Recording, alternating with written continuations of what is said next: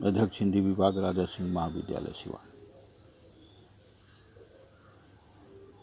आज के विषय के रूप में आदिकालीन कवि विद्यापति पर चर्चा की जाएगी। उनकी एक कविता जो गंगा स्तुति के नाम से हिंदी रचना स्नातक प्रथम खंड में प्रस्तावित है।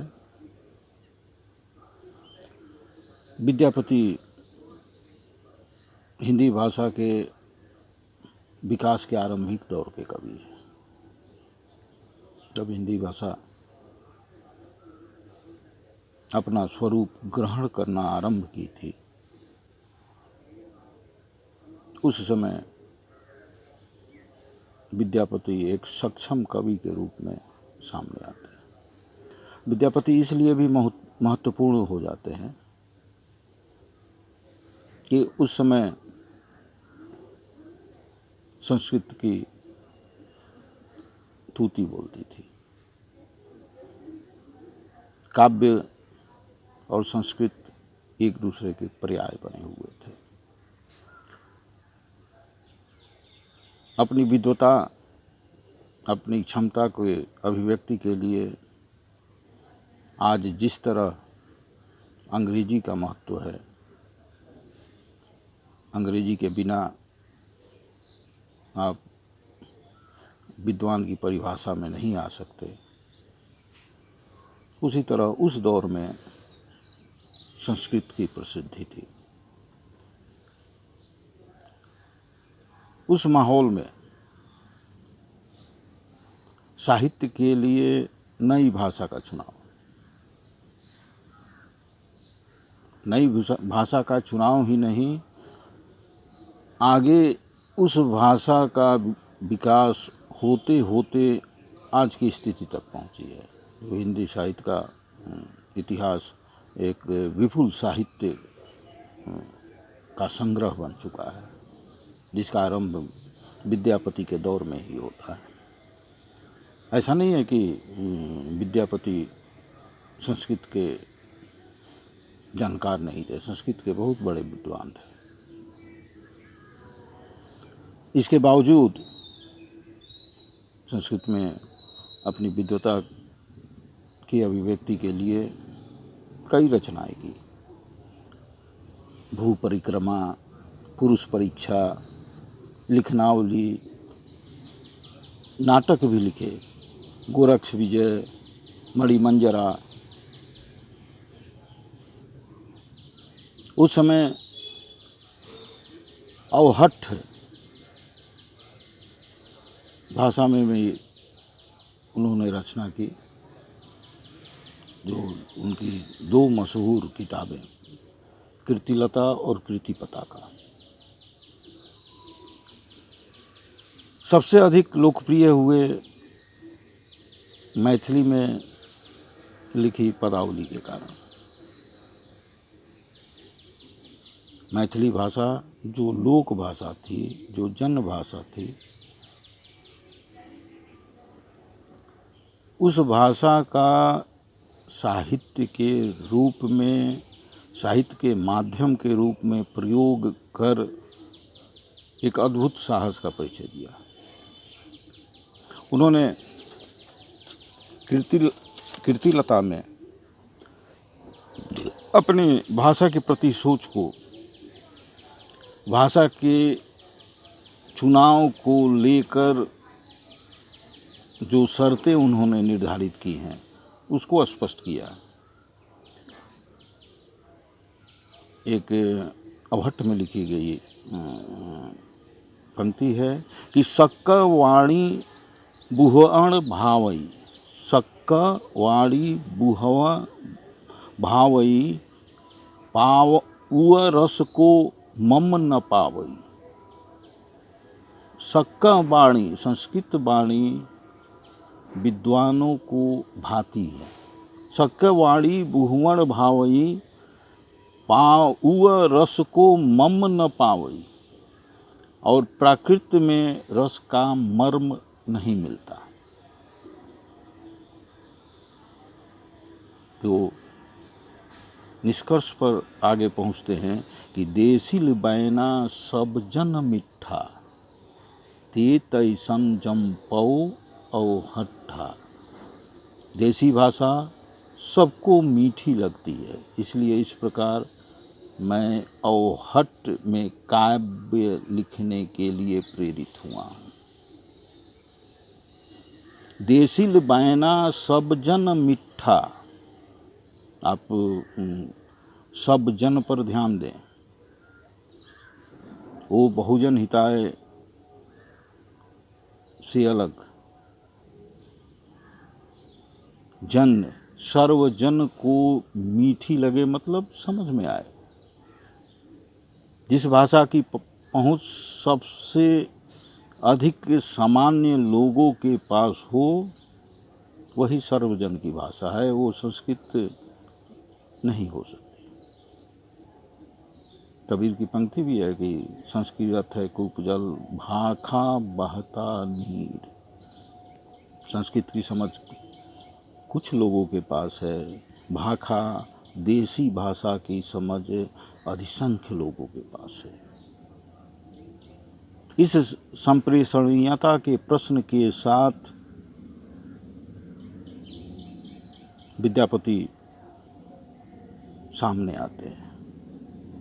संस्कृत के जानकार होने के बावजूद, संस्कृत भाषा में सिद्धहस्त होने के बावजूद,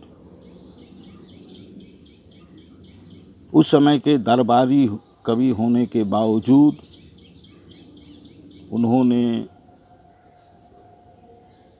देसी भाषा का चुनाव किया। और इस अर्थ में वो आदिकालीन कवि हैं। आदिकाल का अर्थ हुआ कि हिंदी भाषा जो अपने विकास के आरंभ में थी, वो किस रूप में विकसित होते हुए आज तक पहुंची है। तो उन्होंने जो मैथिली का उपयोग अपने काव्य रचना के माध्यम के लिए किया, जिस साहस का परिचय दिया, उसके बाद देसी भाषा को में आगे रचना को लेकर क्रम बंध गया। विद्यापति के बाद अवधि के बड़े कवि जायसी आते हैं जिन्होंने अवधि में रचना की। पद्मावत उनकी प्रसिद्ध रचना है। कई सूफी कवियों ने अवधी भाषा को अपने कविता का माध्यम बनाया। उस्मान, चित्रावली, कुतुबन, ऐसे तमाम कवि। संस्कृत के बाद संस्कृत से इतर लोक भाषा में कविता की संभावना है, इसकी शुरुआत विद्यापति ने ही की थी। इसी शुरुआत के दम पर कबीर भी पूर्वी हिंदी में अक्खड़ होकर, निडर होकर सधुकड़ी भाषा में कविता रचने के लिए प्रेरित होते हैं। इसी जमीन पर, विद्यापति की ही जमीन पर, इसी जमीन पर जायसी अवधी का भाषा का प्रयोग करते हैं। इसी जमीन पर मीराबाई राजस्थानी भाषा का प्रयोग करती हैं और इसी जमीन पर नामदेव मराठी भाषा का प्रयोग करते हैं। इसी जमीन पर आलवार, नैनाल संत दक्षिण की भाषाओं का प्रयोग करते हैं। ये छोटी बात नहीं थी। विद्यापति ने इस भाषा की सीमाओं को तोड़कर, अभिजन की भाषा की सीमाओं को तोड़कर जन के बीच पहुंचने के लिए जन भाषा का प्रयोग का आरंभ किया और जिसकी उसी रास्ते पर पूरा हिंदी साहित्य आगे खड़ा हुआ। शायद देसिल बैना सब जन मिठा, शायद ये जन पहली बार जन शब्द का प्रयोग विद्यापति के यहाँ ही मिलता है। यही जन जनता बनती है, यही जन जनतंत्र बनता है। जन की चिंता, जन से संवाद, जन की महत्ता की शुरुआत यहीं से होती है। विद्यापति की समीक्षा के दौरान इनको खांचों में बांटकर देखने की कोशिश की गई है। कोई दरबारी कवि कहता है, कोई श्रृंगारिक कवि कहता है, कोई भक्त कवि कहता है, कोई भक्त से संतुष्ट नहीं होता है तो शैव, शाक्त, वैष्णव तमाम खानों में बांटकर अलग अलग व्यक्तित्व के अलग अलग नज़रिए से विद्यापति को देखने की कोशिश की गई है। लेकिन इनकी कविताएं मूलतः प्रेम की कविता है। कवि जब तक प्रेमी नहीं होगा कवि नहीं हो सकता है।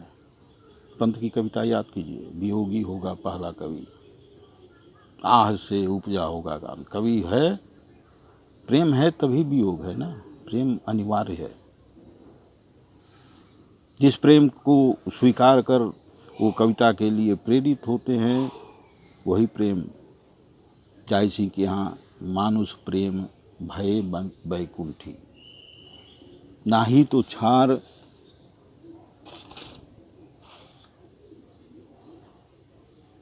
मानुष प्रेम भयो बैकुंठी, नाहित काह छार एक मुठी। मनुष्य का प्रेम ही बैकुंठी है। अगर प्रेम नहीं है तो एक राख के समान है, छार राख के समान है। यही विद्यापति का प्रेम आगे चलकर कबीर के यहाँ ढाई आखर प्रेम का पढ़े सुपंडित हो। प्रेम की महत्ता केंद्रीय तत्व है कविता की। कवि है तो प्रेमी होगा। प्रेम से इतर कविता संभव ही नहीं है।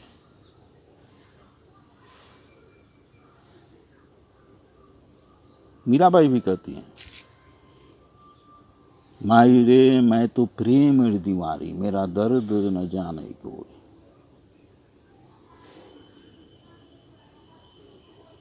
तुलसी के यहाँ भी है, प्रेम का पंथ कराल महा, तरवारी की धार पर धावनो है।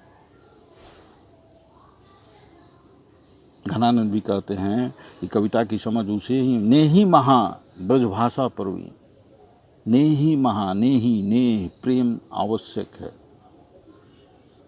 प्रेम के बिना कविता की संभावना नहीं है। विद्यापति ने जिस प्रेम को महत्ता देकर कविता की जमीन तैयार की, वही प्रेम आज तक उस प्रेम की परंपरा जारी है।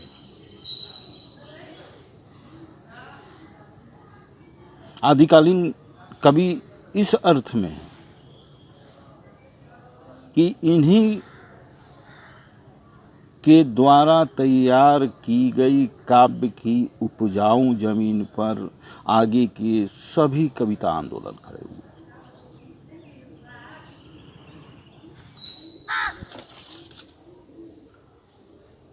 प्रेम ही भक्ति है। शैव, शाक्त, वैष्णव आदि के कटघरों में कवि को बांधने की कोशिश की गई, लेकिन वो कवि के साथ न्याय नहीं कहा जाएगा। एक प्रेम है कवि के पास, वही पूंजी है। वही जब परिष्कृत होती है, परिष्कृत रूप में अभिव्यक्त होती है, तो भक्ति का रूप धारण करती है। वही लौकिक होती है, मांसल होती है, तो मानुष प्रेम का रूप धारण करती है।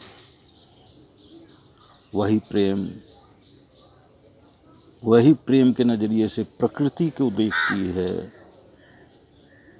तो प्रकृति प्रेम करती है। वस्तुतः विद्यापति के यहाँ प्रेम का ही विस्तार है। उनके यहाँ भक्ति है तो प्रेम आधारित है, श्रृंगार है तो प्रेम आधारित है, प्रेम है, प्रकृति चित्रण है तो प्रेम आधारित है, गीति है तो प्रेम आधारित है।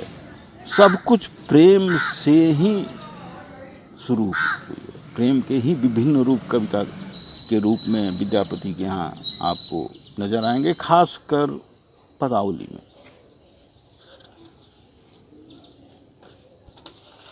उन्होंने आदिकालीन कवि इस अर्थ में भी कहा जा सकता है कि उस समय गेयता को कविता की अनिवार्य शर्त बनाने की जरूरत, खासकर देसी भाषा में, विद्यापति ने। और गेयता मजबूरी थी कवि की। गीति तत्व, कविता में गीति तत्व मजबूरी थी, क्योंकि आज के दौर में जिस तरह जन के पास पहुंचने के तमाम माध्यमों का आविष्कार हो चुका है कि अब कविता और साहित्य की गेयता अनिवार्य नहीं रह गई है। अब पत्र पत्रिकाएं, दूरदर्शन, ये जिस तकनीकी माध्यम का मैं आज प्रयोग कर रहा हूँ, वो माध्यम, ये तमाम माध्यम अब सृजित हो गए हैं लोग जन के पास पहुँचने की। अब कम सीमाएं हैं, लेकिन उस समय अपनी बातों को अधिक से अधिक लोगों के पास पहुंचाने, अपनी रचना को अधिक से अधिक लोगों के पास पहुंचाना था। जो स्वाभाविक है, गद्य से ये संभव ना था। इसलिए उस समय जो भी अधिकांश रचनाएं होती हैं वो पद्य में होती हैं। उस समय के युग की व्यवस्था थी। पद्य में ही नहीं होती हैं, वो सब संगीत के रागों पर आधारित थी, क्योंकि मनुष्य का स्वभाव होता है कि वो कला के प्रति आसक्त हो गए हैं। संगीत के प्रति आकर्षण मनुष्य होने की अनिवार्य शर्त है। जब बच्चा माँ की गोद में रहता है तो माँ लोरी सुनाती है, तो उसके अर्थ को नहीं समझता, लेकिन उसके लय से प्रभावित होकर वो सो जाता है। कला के प्रति आकर्षण मनुष्यों में जन्मजात होता है, और उस आकर्षण को कवियों ने बखूबी इस्तेमाल किया। विद्यापति साहित्य कहा जाता था और साहित्य सुना जाता था।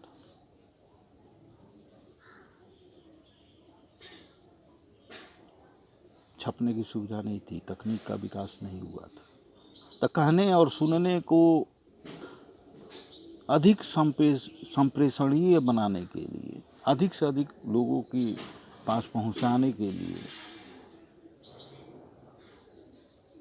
पद में रचना मजबूरी थी। संगीत पर आधारित होना, गेय होना विवशता थी। इसलिए उस गेयता को, उस गीत धर्मिता को देसी भाषा में, लोक भाषा में प्रयोग कर लोक के पास, जन के पास पहुंचने की शुरुआत विद्यापति के हाथ मिलते हैं। जब साहित्य लिखा जाने लगा और साहित्य पढ़ा जाने लगा तो कविता साहित्य के विधानों में बड़ा परिवर्तन होता है। अब लिखने और पढ़ने के बीच में ज्ञेयता अनिवार्य तत्व नहीं रह जाती। खैर, विद्यापति मूलतः प्रेम के कवि हैं। यही प्रेम जब परिष्कृत होता है तो उनके साहित्य में, उनकी कविताओं में भक्त रूप में नजर आते हैं, जब परिष्कृत रूप से अभिव्यक्त होता है। शिव की आराधना, जय जय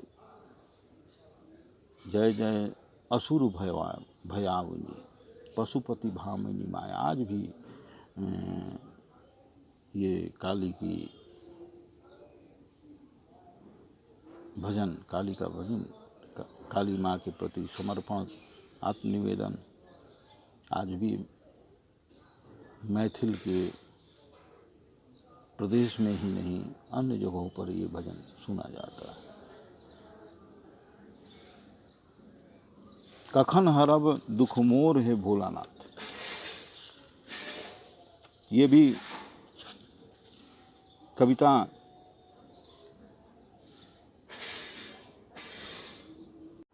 कवि शिव के आराधक भी थे। आज की तरह ठेठ भारतीय की तरह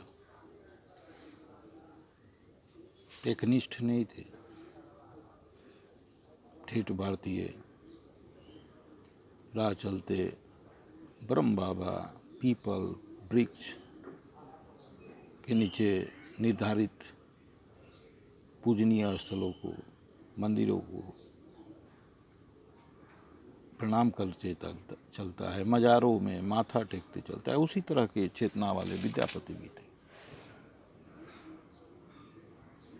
कहीं काली आराधक है, जैसे पिछली कविता में जय जय जय असुर भयावनी पशुपति भामिनी माया।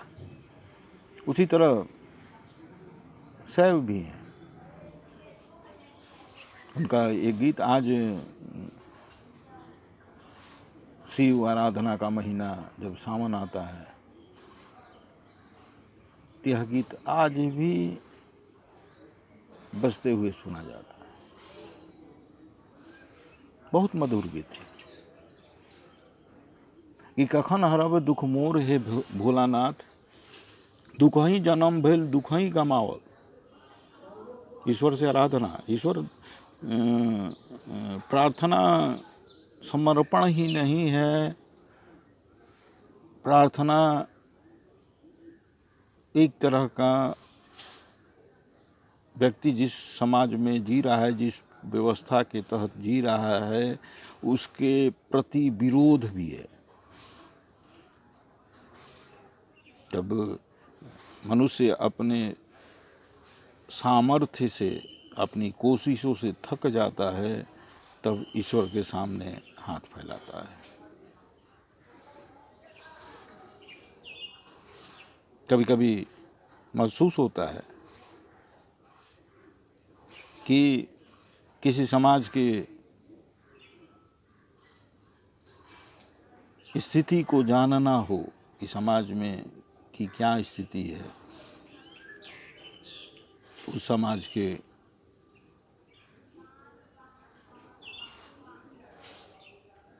ईश्वरीय स्थानों पर, मंदिरों में, मस्जिदों में, गिरजाघरों में आप चले जाएं, अगर वहाँ अधिक भीड़ है, वहाँ अधिक लोग जा रहे हैं, तो समझिए कि उस समाज में बहुत गड़बड़ है।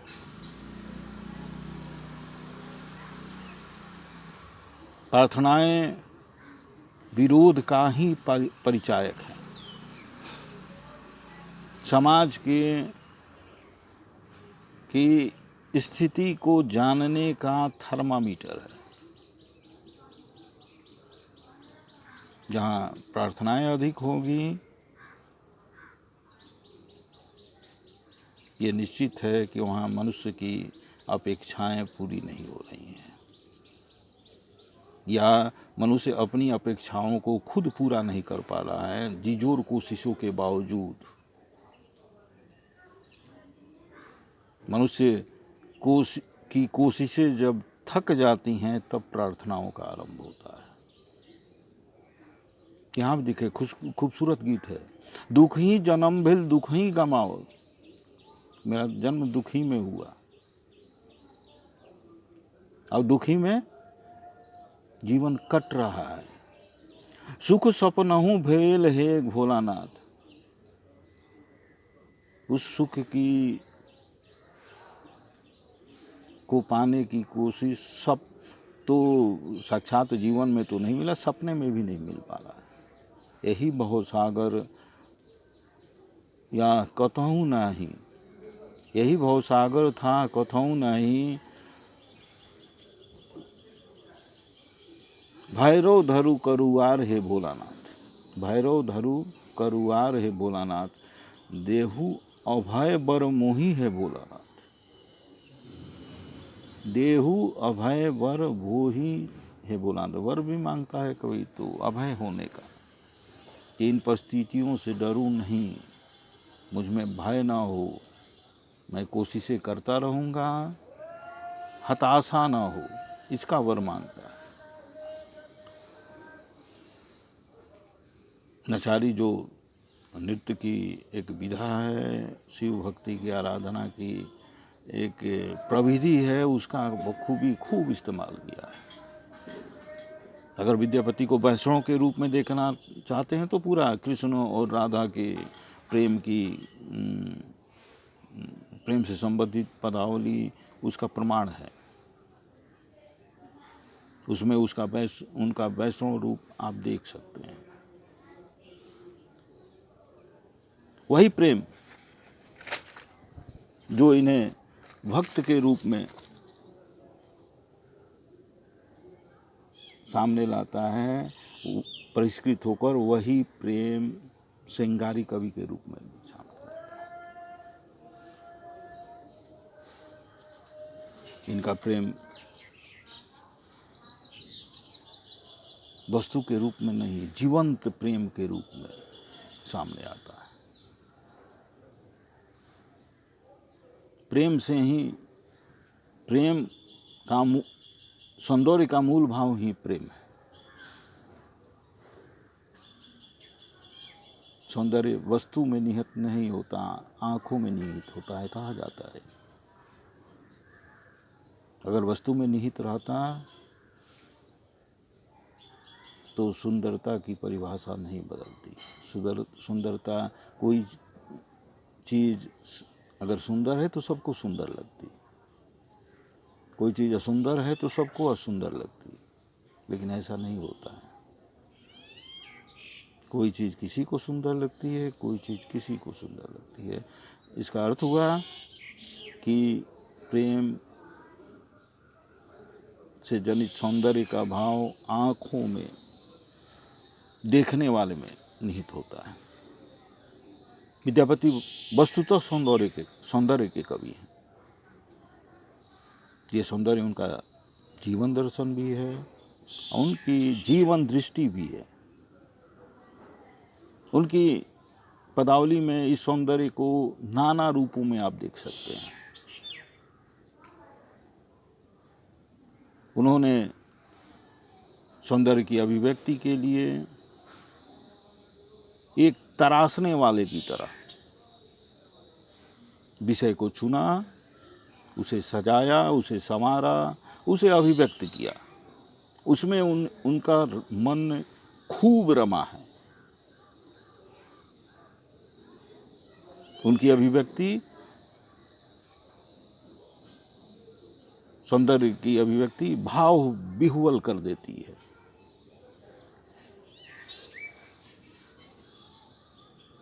तो उसमें इनकी कविताओं में हजारी प्रसाद द्विवेदी ने इनके सौंदर्य चेतना की चर्चा करते हुए कहते हैं कि इनके यहाँ सौंदर्य पारस रूप में मौजूद है। पारस रूप मतलब पारस पत्थर का नाम से परिचित होंगे। ये साहित्य रूढ़ी है कि उस पत्थर के संपर्क में जो कुछ आता है वो सोना हो जाता है।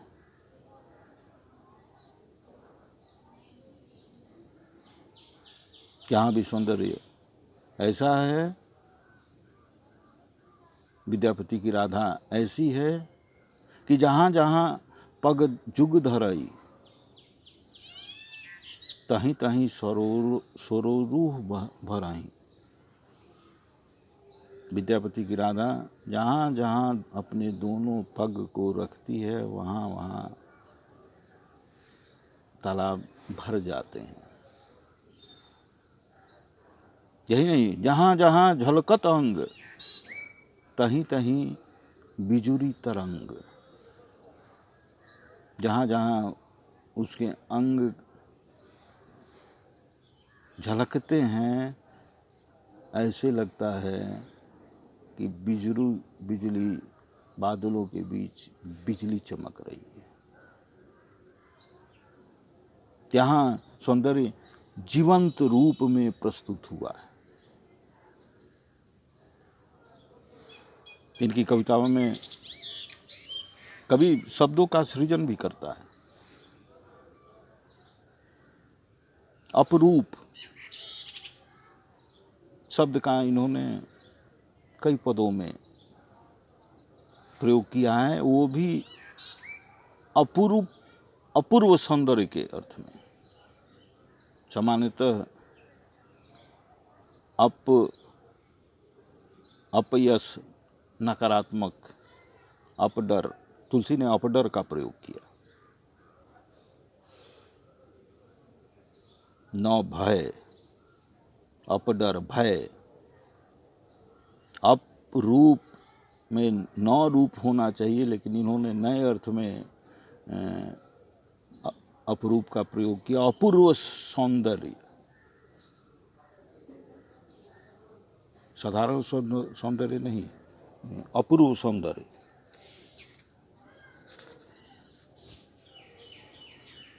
इनके यहाँ सौंदर्य की अपूर्वता सजीव रूप में अभिव्यक्त हुई है। ये सखी पेखली एक अपरूप, ये सखी पेखली एक अपरूप।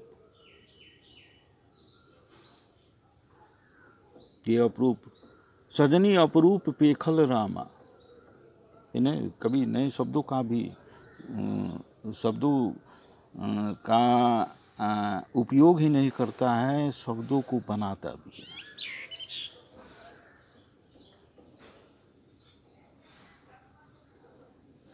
यही प्रेम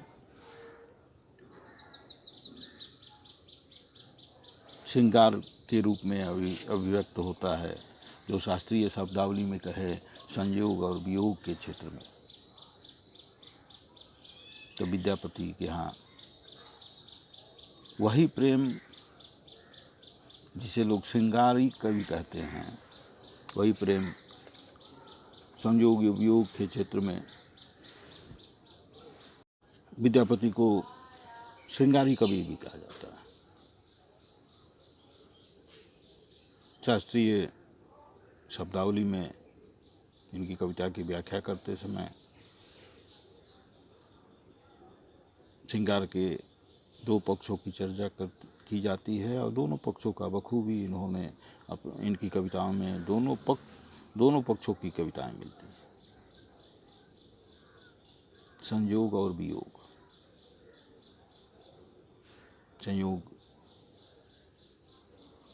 सुखात्मक होता है, वियोग दुखात्मक होता है। इनके यहाँ सुखात्मक भी संयोग के पक्ष सुखात्मक भी अभिव्यक्ति मिली है और वियोग पक्ष की भी अभिव्यक्ति मिली है। नायिका के अपूर्व सौंदर्य को उपमानों का प्रयोग करके अभिव्यक्त करने की कोशिश तो करते हैं, लेकिन काव्य रूढ़ि के इस्तेमाल भर ही प्रयास नहीं है। मुख चंद्रमा के समान, आंखें कमल के समान, ये तो काव्य रूढ़ि है, लेकिन वो इससे आगे जाते हैं। वो तो आगे जाते हुए कहते हैं कि सौंदर्य की राधा के सौंदर्य की चर्चा करते हुए कहते हैं, तोहर बदन सम चांद होती नहीं। तुम्हारे सौंदर्य के आगे चांद भी नहीं टिकता। कईयो जतन बीह केला। विधि निर्माता सृष्टिकर्ता ने चांद को बनाने के क्रम में इतनी कोशिश की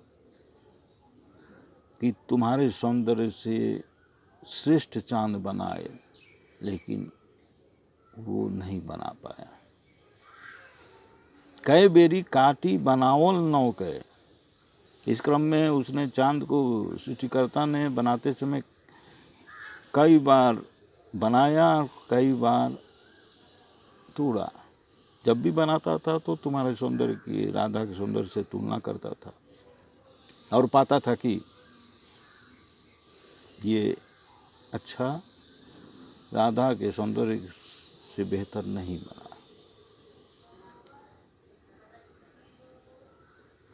अनिर्वचनीय की स्थिति। सौंदर्य शब्द की भी सीमा होती है।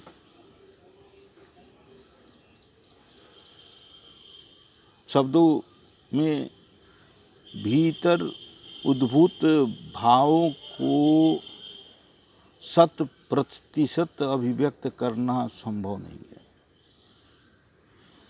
अभी वैसी भाषा बनी ही नहीं है। कभी बिंबों, उपमानों, अलंकारों का उपयोग करके, दृष्टांतों का उपयोग करके भीतर के भावों को संपूर्णतः अभिव्यक्त करने की कोशिश करता है, लेकिन 100% अभिव्यक्त हो नहीं पाता। इसलिए कहा जाता है कि अर्थ का संधान करने के क्रम में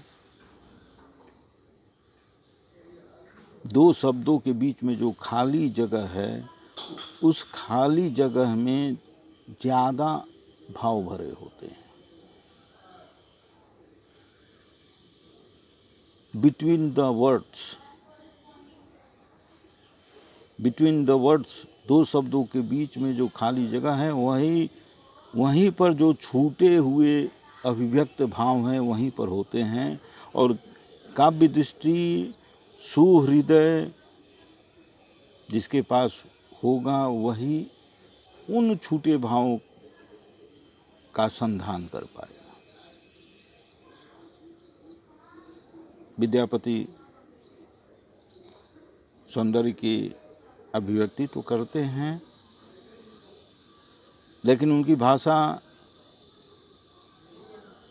पूरी तरह साथ नहीं देती।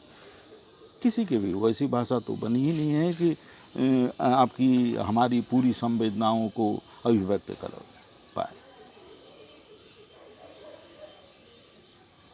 चाह कर भी वेदना की गहराई, खुशी की गहराई आप 100% भाषा में अभिव्यक्त नहीं कर सकते हैं। ये मनुष्य की विवशता है। भाषा संकेत भर है, उसका 100% अनुवाद नहीं है। भावों का 100% अनुवाद नहीं है।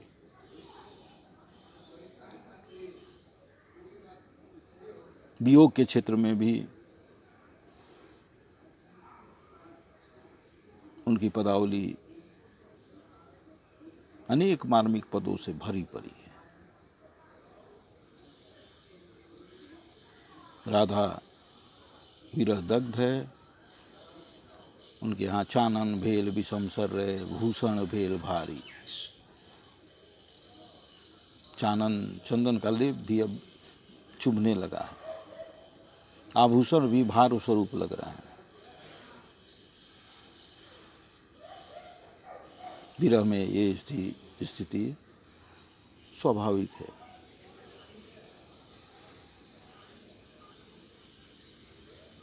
सपनहु नहीं हरि आए ले गोकुल गिरधारी। अब तो सपने में भी हरि आना छोड़ दिए हैं।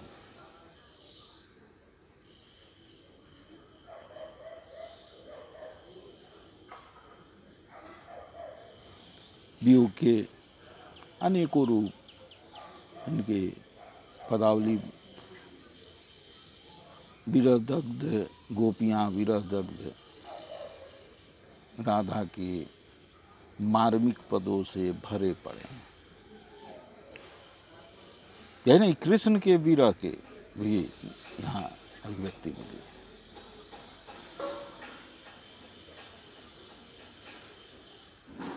इनकी कविताओं में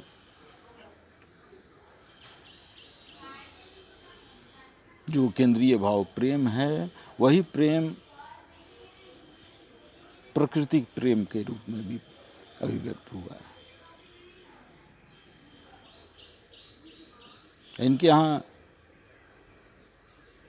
बसंत और वर्षा को लेकर अनेकों कविताएं मिली।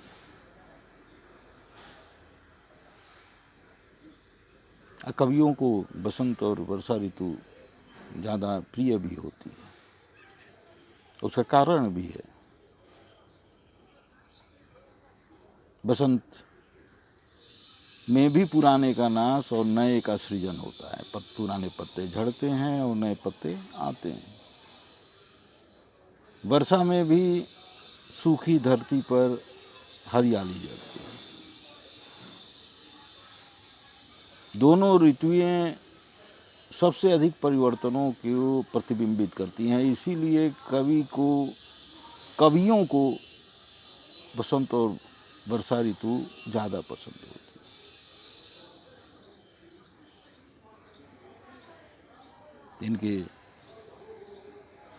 इनकी पदावली में बसंत ऋतु के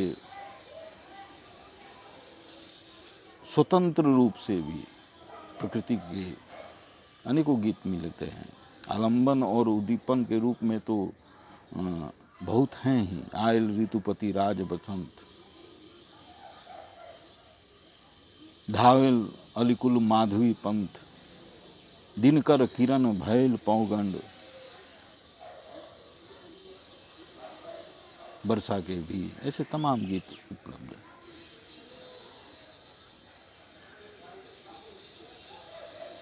इनकी कविता में देसी भाषा का प्रयोग कर अधिक से अधिक लोगों के पास पहुंचने के माध्यम का इन्होंने निर्माण कर दिया। मैथिली का प्रयोग करके अन्य कवियों के लिए उन्होंने राह खोल दी और आगे के अन्य कवि अपने अपने बोली, देसी बोली में, देसी भाषा में उन्होंने रचना करके हिंदी साहित्य को अधिक समृद्ध कर दिया, जिसका स्तर विद्यापति के बारे में हम कह सकते हैं कि विद्यापति मूलतः प्रेम के कवि हैं। इनका यही प्रेम परिष्कृत होकर भक्ति के रूप में अभिव्यक्त हुआ है। यही प्रेम मनुष्योचित रूप में अभिव्यक्त होकर श्रृंगार के रूप में अभिव्यक्त हुआ है।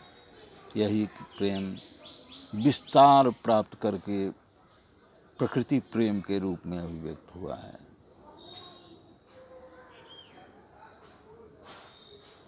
मूलतः विद्यापति प्रेम के ही कवि